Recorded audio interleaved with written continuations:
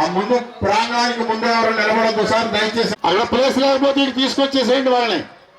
Staff and students, homeopathy college staff and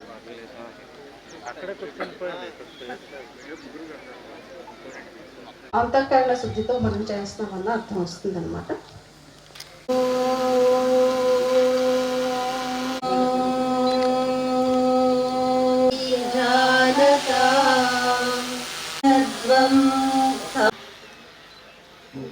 మనం తర్వాత municipal corporation లో పీడి శ్వాస విడిచిపెడుతూ ఎడమ ప్రక్కకు మరలా నిదానంగా. ఇప్పుడు మరలా శ్వాస కుడి ప్రక్క నుంచి శ్వాస విడిచిపెడుతూ కిందకి నెక్ రొటేషన్ చేద్దాం.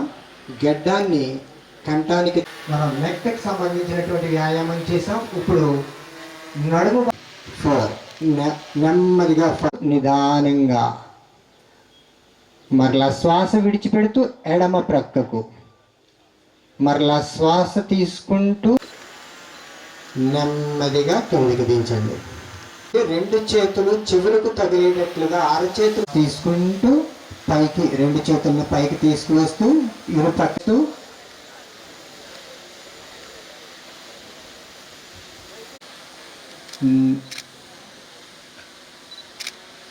నెమ్మదిగా సాధారణ స్థితికి రండి. అందరూ కూడా త్రికోణాసన్. ఇప్పుడు మీ కుడి పాదాన్ని కుడి ప్రక్కగా త్రికోణాసన్ నెమ్మదిగా సాధారణ. ఇప్పుడు కుడి రైట్ చేసి నిదానంగా ఉంచుతూ ఎదురుగా చూస్తూ ఉండాలి. మధ్యన కొంచెం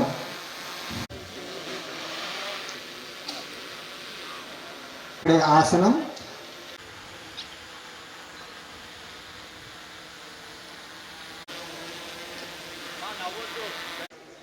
పొట్టని ఎదురుకు తోస్తూ యాంకిల్ అయినా అటుపక్కనే సార్ అటు చేసుకోవటానికి అద్భుతంగా పనిచేసే జీవిత శాసనాలు పైకి తీసుకువెళుతూ కిందికి తీసుకువస్తూ కాని వాళ్ళకి ఎప్పటికీ రాకుండా చేయటానికి అద్భుతంగా పైకి చూస్తూ ఉండాలి. భుజంగాసనం వెన్నెముకకు వజ్రాయుధం లాంటి శక్తిని అందించు. ఓకే, నెమ్మదిగా మీ శ్వాస విడిచిపెడుతూ మీ పొట్ట ఛాతీని కిందకి దింపుతూ 2 చేతులను ఇంటర్లాక్ చేస్తూ చేతి వేళ్ళని వెన్నునొప్పి ఇతర వెళ్ళిపోతుంది అనుకునే విధంగా నెమ్మదిగా శ్వాస తీసుకు గడ్డానికి తాకే విధంగా లేపాలి. పైకి పొడిచి ఉంచాలి.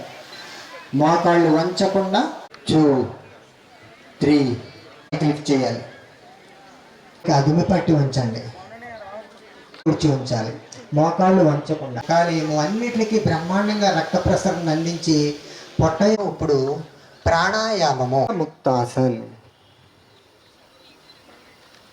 శవాసనంలో విశ్రాంతి తీసుకోవాలి. 2 పాదాల మధ్య చిరునవ్వు, అలాగే చెరగని చిరునవ్వు ఉంచుతూ పొట్ట ఆర్గాన్స్ అన్నిటిలోనూ బాతి అంటే ప్రకాశింపచేసేది. అంటే హార్ట్ ప్రాబ్లం ఉంటుందో వాళ్ళు నెమ్మదిగా అని హార్ట్ ప్రాబ్లం ఉన్న వాళ్ళు కానీ ఎక్కువ ఫోర్స్ ఉపయోగం కదులుతూ ఉంటుంది.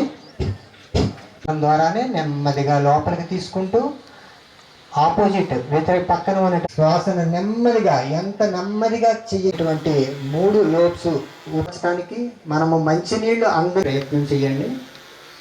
ఓకే, వాళ్ళు కరోనాను కూడా తీసుకున్న తర్వాత నాలికను లోపలికి తీసుకుని 2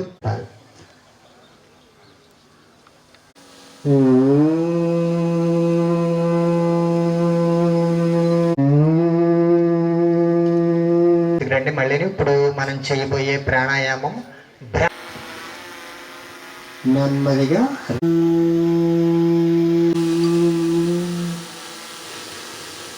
మరొక్కసారి దీర్ఘంగా. తెల్లవారుజామున లేచిన వెంటనే మనం ఈ అభ్యాసం చేసినట్లయితే యోగా అంటేనే రాజ్యం. సో కర్మేంద్రియాలపైన ఈరోజు పరం పితా పరమాత్మ గాడ్ నుండి అఖండ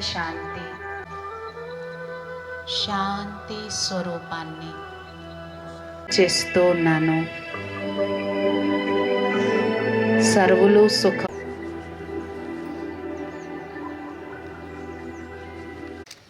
నేను నా మనస్సును ఎల్లప్పుడూ సంతులితముగా ఆనందము ఆరోగ్య విషయములందు నా కుటుంబము వృత్తి సమాజ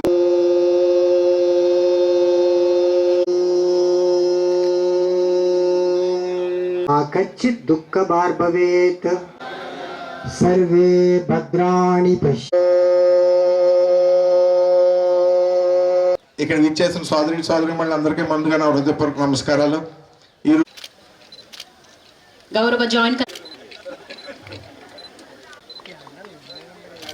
అందరూ కూడా క్లాప్స్ కొట్టు.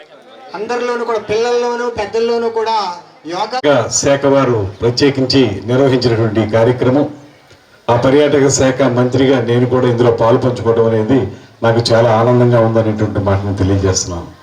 ముఖ్యంగా యోగా అనేది కేవలం మన దేశం మాత్రమే కాకుండా మన దేశం ప్రపంచ దేశాలకు అందించినటువంటి ప్రత్యేకమైన వరం ఏదైనా ఉంటే అది యోగా అనేటువంటి మాటను మీ అందరికీ మనవి చేస్తున్నాను. దానివల్ల ఇవాళ మనందరం యోగా అభ్యాసం చేయటంలో ఎంతవరకు సఫలీకృతం అయ్యామనేటువంటి మాటను ఒక పక్కన పెడితే, అసలు ప్రపంచ దేశాల్లో ఉన్నటువంటి అనేక మంది యోగాని అభ్యసిస్తున్నటువంటి శుభ సందర్భాన్ని మనం చూడగలుగుతున్నాం. ప్రపంచ మానవాళి శాంతియుతంగా ఉండాలనేటువంటి మాట ఏదైతే తొలి నుంచి చెప్తున్నారో, ఆ శాంతి కావాలంటే యోగా తప్పనిసరిగా అభ్యసించాలనేటువంటి మాటను కూడా మనం గమనించాలి. మొన్న సెంట్రల్ జైల్లో జరిగిన కార్యక్రమంలో పాలు పంచుకున్నప్పుడు మళ్ళీ ఇవాళ ఇక్కడ ఈ పచ్చటి ప్రకృతి అందాల మధ్య, నర్సరీ అందాల మధ్య ఈ అభ్యాసం చేసినప్పుడు అనిపించింది, ఖచ్చితంగా ఇది మన జీవితంలో రోజు మన దినచర్యలో భాగం కావాల్సిన అవసరం ఉందనేటువంటి మాట స్పష్టంగా కనపడతా ఉంది. మన మాస్టర్ గారు కూడా సెంట్రల్ జైల్లో చెప్పిన దానికంటే కొంచెం పెంచారు, కొంచెం కష్టంగా చేసేలా చేశారు. ఏదైనప్పటికీ ఇలా రెగ్యులర్గా చేస్తే ఈ కష్టం కూడా ఇష్టంగా మారేటువంటి అవకాశం ఉందనేటువంటి మాటను కూడా నేను నమ్ముతూ, దీనికి ఈ దేశంలో మనందరం కూడా ఈ కార్యక్రమాల్ని ముందుకు తీసుకెళ్ళాలి. ప్రాచీన భారతదేశం అందించినటువంటి కళల్లో ప్రధానమైన యోగా కానీ ఆయుర్వేదం కానీ వీటన్నిటిని మనం పూర్తిగా మన జీవితంలో ఒక అంతర్భాగం చేసుకోవాలనేటువంటి నినాదం ఇచ్చినటువంటి మన ప్రధానమంత్రి శ్రీ నరేంద్ర మోడీ గారికి, మన ముఖ్యమంత్రి శ్రీ చంద్రబాబు నాయుడు గారికి, ఉప ముఖ్యమంత్రి శ్రీ పవన్ కళ్యాణ్ గారికి మనందరి తరపున ప్రత్యేకమైనటువంటి ధన్యవాదాలు తెలియజేస్తూ ఈ కార్యక్రమాన్ని కొనసాగిద్దాం.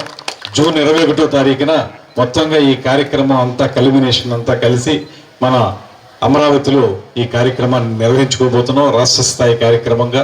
ఈ లోపల అన్ని ప్రాంతాల్లోని ఈ కార్యక్రమాలు చేయడం ద్వారా మనందరం కూడా యోగా పట్ల పునరంకితం అవుతున్నాం అనేటువంటి మాటని మరొకసారి తెలియజేస్తూ, క్రితం సంవత్సరం జరిగినటువంటి యోగాంధ్ర మన ఆంధ్రప్రదేశ్ విశాఖపట్నంలో జరిగితే గిన్నిస్ బుక్ ఆఫ్ వరల్డ్ రికార్డ్స్లో కూడా అది ఎక్కింది.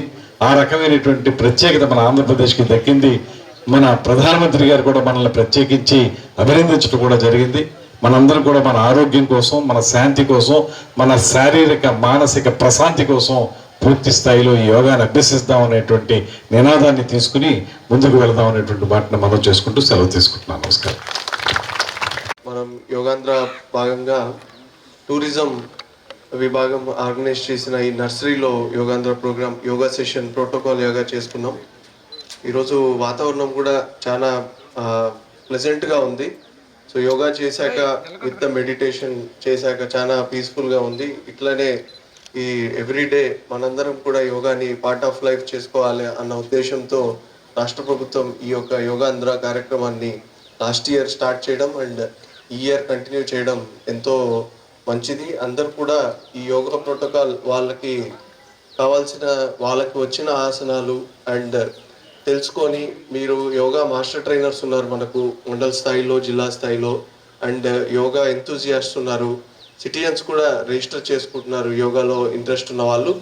ఎవ్రీడే మీ విలేజ్ స్థాయిలో ఎక్కడో ఒక చోట యోగా జరుగుతుంది, మీరు అక్కడ పార్టిసిపేట్ చేయొచ్చు. అండ్ ఇలానే ఈ యోగా 21 జూన్ తర్వాత కూడా మీరు మీ ఇండ్లలో ఇప్పుడు ఆన్లైన్ చాలా ఈజీగా మీరు కూడా యూట్యూబ్లో కానీ ఎక్కడైనా కొట్టి చూసుకోవచ్చు. యోగా ఏ ఆసనం కూడా ఈజీగా మీకు గైడెడ్ ఆసనాలు కూడా ఉంటాయి.